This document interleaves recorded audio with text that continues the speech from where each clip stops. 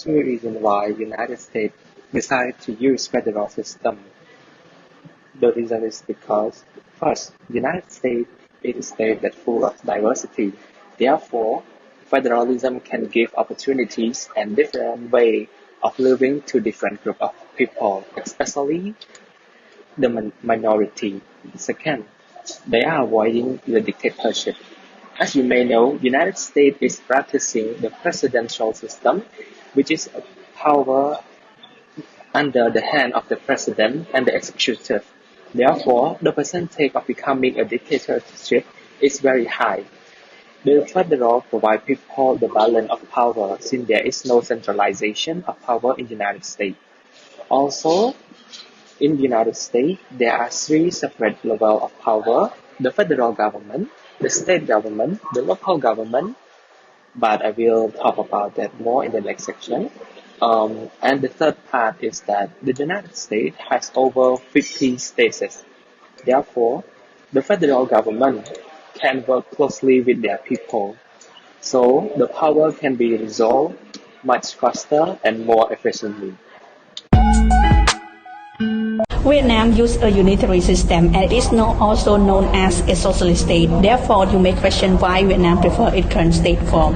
There are two major motives behind their decision of choosing the current state form. First of all, it is because of the Ho Chi Minh's theoretical legacy that explains the national independence is connected to socialism. His theoretical legacy is very impactful to Vietnam society since they use it as an ideal system for the social, economic, and political policy. And also, historically, Vietnam experienced a prolonged burden war and internal conflict. They used to struggle to fight for their independence. Millions of Vietnamese people suffer from Vietnamese war and other domestic conflict. For the reason, Vietnam people aim to find a fundamental system that can help their country. Secondly, Vietnam practice socialism to strengthen their nationalism. People from L class can enjoy benefit and they can link together to promote different fields in the country. For economic link, they view that socialism is a great tool for them to reduce inequality and terminate all exploitation in the region. Because government can distribute economic resources depend on the need of its area. Moreover, people are willing to sacrifice the energy resolve to build a well-being nation. Another field is national defense. Socialism motivates people to have a national independence and national identity, and it is such a doctrine for people to protect their state sovereignty. In short, because of the Ho Chi Minh theoretical legacy and a desire to strengthen nationalism, Vietnam practiced socialism.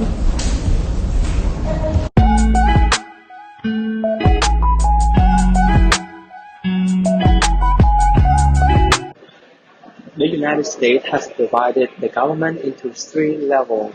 The first one is the national government, second is the state government, and the third one is the local government. First, the state government, also called the federal government, they are providing the national defense, conduct the country foreign affairs. They also deal with the national level issue that cannot deal with or by the power from the state level or local level.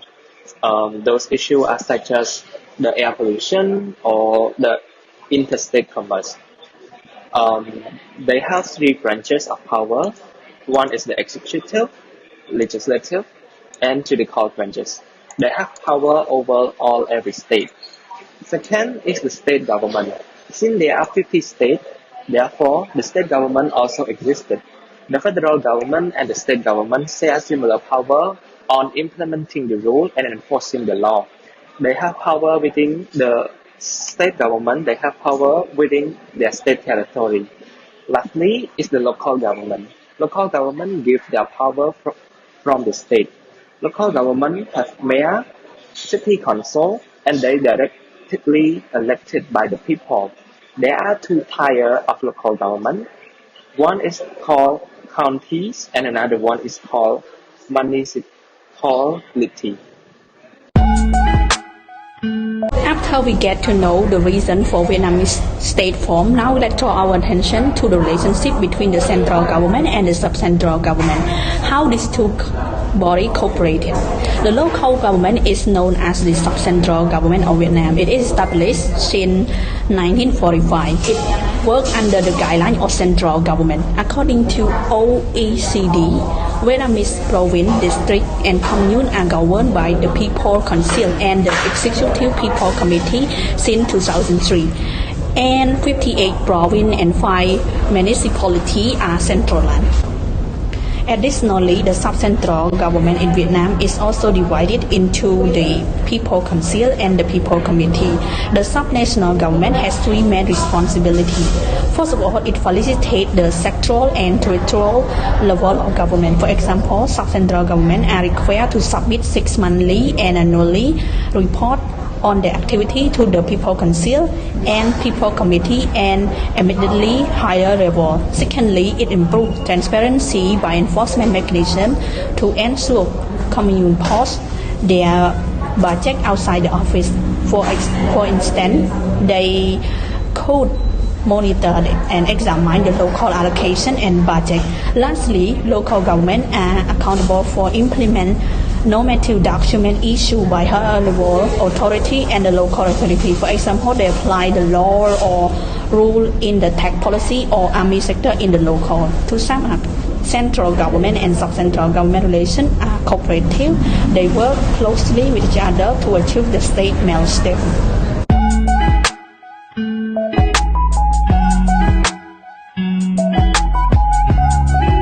The United States is known as the most decentralized state. Their power was divided into area and region with different authority. However, in some cases, the United States should be considered to centralize their power. So I would like to raise one case. The case that the United States should be centralized is during the national emergency only. As you may know about the current crisis, about the pandemic, the United States have faced many hand-off approach, especially the federal government does more harm than helping the people. For example, like during the crisis, the federal government has failed to protect their citizens from the virus since the outbreak. The United States reported to have 83.9 million cases and with 1 million deaths. So while comparing to the centralized state, those centralized states are more likely to have less cases than that. So in this part, I think that the most suitable way for United States to be centralized is only during the state emergency. Thank you. 2 major conceptual frameworks that we can learn from centralization in Vietnam. The first one is the concept of unity and identity. Vietnamese people are nationalists and they love to maintain their own identity. This centralization can lead to conflict and disintegration. Moreover, they used to have experience from the past 3 decades. If the country uses decentralization, local government can use the different role, policy, and political structure. Indeed, Vietnam territory is assigned into province, municipality, and commune. It is better for this country to practice centralization because the national government can unify them in a single one. Secondly, centralization reduces inequality in Vietnam. It improves the well-being of all classes within the country, and moreover, public services such as school, hospital, and transportation are allocated properly based on the need of people in the region. They can prepare an actual budget for each area. Moreover, centralization in Vietnam can prevent the oppression of local elite to marginalized citizens. For example, the minority or group or the low-income people can be protected from the existing power of the local government.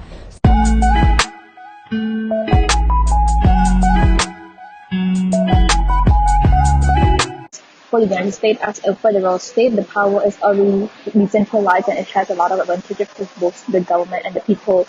So just like the country name, the United States is a multi-ethnic land and diversified. If the government is centralized, there might be some possible problems that will occur. First and foremost, the possibility of oppression and overpowering of the elite and the rich will not be balanced in the society, and the minority group will be in disadvantaged positions. Ethnic favoritisms and will be suffer. Moreover, it can be used to avoid the winner-take-all system, which is referred to as a system where one party is always going to win and take all. Because decentralization means that some of the government systems and resources will be devolved to the lower levels of the authorities. Um, uh, Elections parties and groups chosen by those government, and there's no way that they can win and control the central government. However, they still have the opportunity to exercise power in the lower level government, and the increase in confidence might lead to the challenge of the system legitimacy. For Vietnam, one thing that should be decentralized is the forest and the land use of power to the local governments. So in the 1986, the legal system was already revised with the management responsibility for the lands and the forest transferred to the local governments. But since later in the 1994, the government systems in Vietnam has been divided into two parts. The first is central government and second is the local government. So the local government consisted of three forms: provincial, district, and commune level. But still, each of these government units remain under the control of the central state in the form of administrative decentralization that has been known as the deconcentration, with the established local government that still largely follow the national directive. So the forest protections and development are the key features of Vietnam. Land policies and structural reform leading to the attempt to further include local government and the local people in the forestry sector. But still, even the reforms in practice, the provincial government was recognized as having more power in decision making to decide the use of resource and how to develop the province. So in here, to put it simply, is that the provincial government was recognized as one of the most influential land use chain actor, as they had the decision-making power over the land use plan. So the provincial government can see as more can change the classifications of the natural forest, which has heavily restrictions on product in order to increase the rise and allow the harvestings. And nevertheless, despite the transfers of the responsibility to the local government, the central level still has a critical role to play in all land use plan, including this, and must be approved. The plan must be approved by the Prime Minister.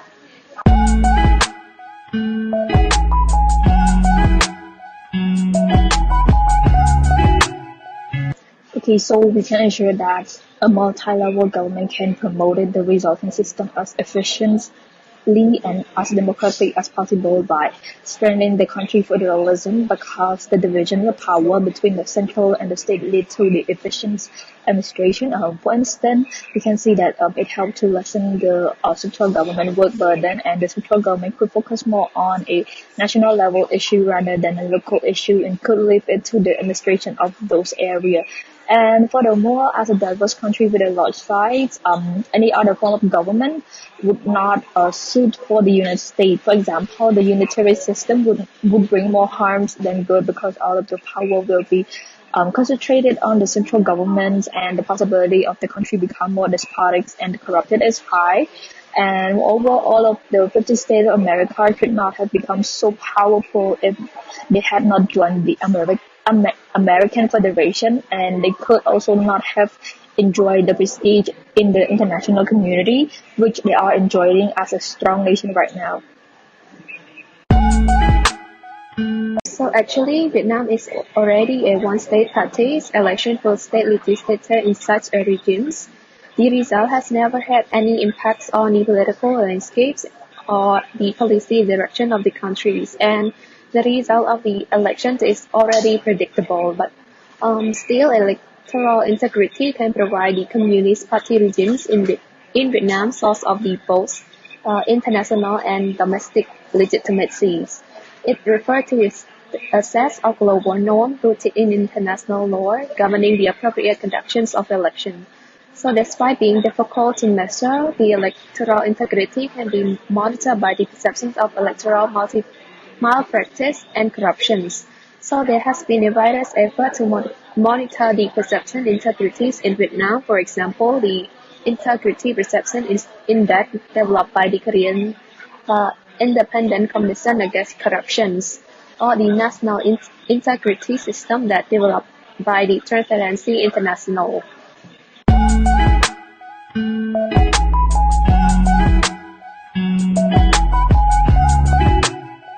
Okay, so suggestion for future direction of democratic decentralization for the USA. So first of all, the government should have a sufficient coordination mechanism for the joint responsibility, because cooperation and regular communications are essential for the federal state, and it also to ensure the long-term reform. And secondly, the responsibilities and the funds should be explicitly shared and ensure all of the actors are mutually understand them. And furthermore, the access to the financial funds should be consistent to avoid unfunded or underfunded employment or missions.